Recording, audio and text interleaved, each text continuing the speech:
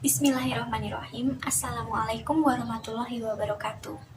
Saya Raden Roronola Amalia Wijayanti, NIM 2110901-029 dari Program Studi Ilmu Komunikasi kelas A akan menjelaskan kembali mengenai materi iman kepada Allah sebagai pemenuhan tugas mata kuliah keimanan dan kemanusiaan yang diampu oleh dosen Bapak Nurdin Zudi, Universitas Aisyah Yogyakarta. Iman kepada Allah secara harfiah berarti percaya atau meyakini bahwa Allah Subhanahu wa Ta'ala adalah Tuhan yang menciptakan seluruh makhluk dan juga alam semesta.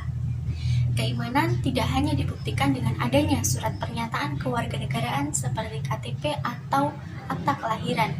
Namun, keimanan perlu dibuktikan dengan 3 hal, yaitu meyakini dengan hati, mengucapkan dengan lisan, dan juga mengamalkan dengan perbuatan. Salah satu perbuatan untuk membuktikan keimanan kita kepada Allah adalah sholat. Dalam berbagai dalil dan juga surah dalam Al-Quran bahwa sholat adalah tiang agama dan juga harus didirikan. Makna didirikan di sini adalah kita tidak dipaksa dalam melakukannya, namun kita melakukan atau menunaikan sholat dengan keikhlasan hati kita. Dalam pelaksanaannya berarti kita sudah mengamalkan keimanan dalam bentuk yang nyata. Keimanan tidak dilakukan hanya sesekali, namun dilakukan dalam setiap waktu. Jika iman kepada Allah Subhanahu wa Ta'ala tidak tertanam dengan benar, maka kekeliruan ini akan berlanjut terhadap keimanan setelahnya, yaitu iman kepada malaikat, iman kepada kitab, iman kepada Rasul, iman kepada hari kiamat, dan juga iman kepada qada dan qadar.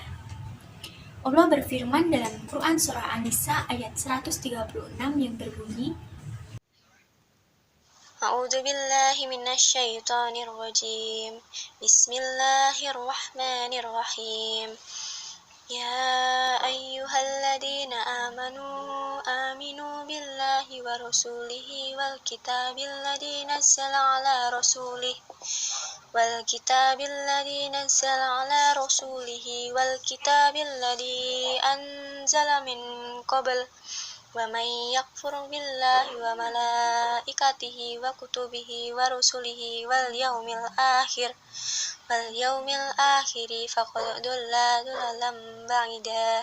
Shadaqallahul adzim. yang artinya, Hai orang-orang beriman, tetaplah beriman kepada Allah, Rasul-Nya, serta Al-Quran yang diturunkan kepada Rasul-Nya, dan kitab yang diturunkan sebelumnya.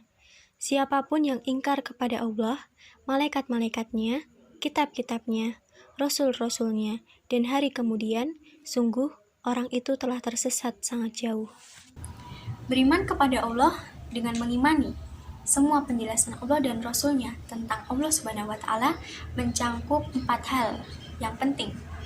Yang pertama, beriman kepada wujud Allah atau eksistensi Allah. Kita mengetahui bahwa manusia bukanlah pencipta atas diri mereka sendiri, karena sebelumnya manusia tidak ada, maka pasti ada yang menciptakannya. Dialah sang pencipta, yaitu Allah Subhanahu wa Ta'ala, yang juga menciptakan seluruh alam semesta. Yang kedua, beriman bahwa Allah adalah Rabbul Alamin.